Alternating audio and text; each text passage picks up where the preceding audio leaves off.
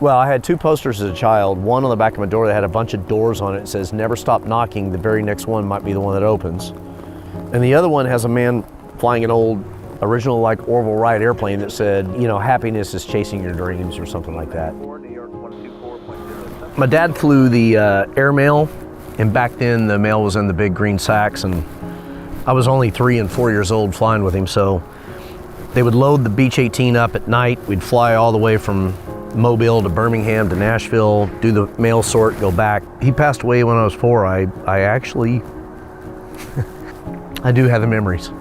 Right here is the housing that we lived in when we, was first growing up. My mother being a single mom, taking care of 2 kids, kind of worked part-time jobs. Which just happened to be next to the airport. Happens to be next to the airport. And I have not been in this neighborhood in a very long time. It's the fence, and look at that old Bonanza right there, another one. Holy cow. Yellow house. That's where it started, right there. This is Main Street, downtown Springdale, Arkansas. I mean, that's a small town. And right there was the Springdale National Bank. Gave me my first loan at 16 years old to buy a Bonanza, which is where I built my hours. Knocked on another 200 banks before I got the first loan for a Gulfstream, which really kicked off the company. Well, the airplane behind me is special because I got over 300 hours in that airplane while I was in high school, building multi-engine time while still in school. And it's extremely special. Not only is that the actual aircraft I flew, but it's got a lot of meaning to me because my father actually flew the Beech 18s.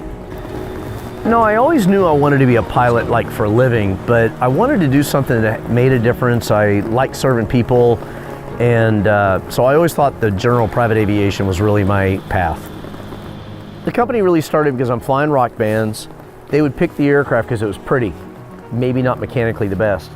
So the band Chicago encouraged me to go make that a mission. Prestige Touring, I really vetted the aircraft because it was more than just the features of the aircraft, but it was the mission. It had to be made safely so that we could be profitable and make tours. Got into medevac because I'm on tour with a country act and they had an accident. Airplane showed up. It was atrocious. I couldn't believe it. It was airworthy. And I just really felt that somebody needed to get in that business, do it in a quality way when you're moving critical patients in life. Most everything in my life was about improving, improving the touring business, improving the medevac business. Now I'm in the FBO. I've sat in lobbies, waited on passengers, had late catering, late pulls. And I think it gives you a perspective of walking a mile in my shoes. Really deeply understanding the psyche of our customer is a big part of taking a product and turning it into a super brand. So dreaming, believing, seeing the invisible, seeing the possible has always been important. I've always said, if you're going to dream, dream in color. Don't waste it in black and white. Go big, think big, go beyond yourself, have a little faith, or be too dumb to know better.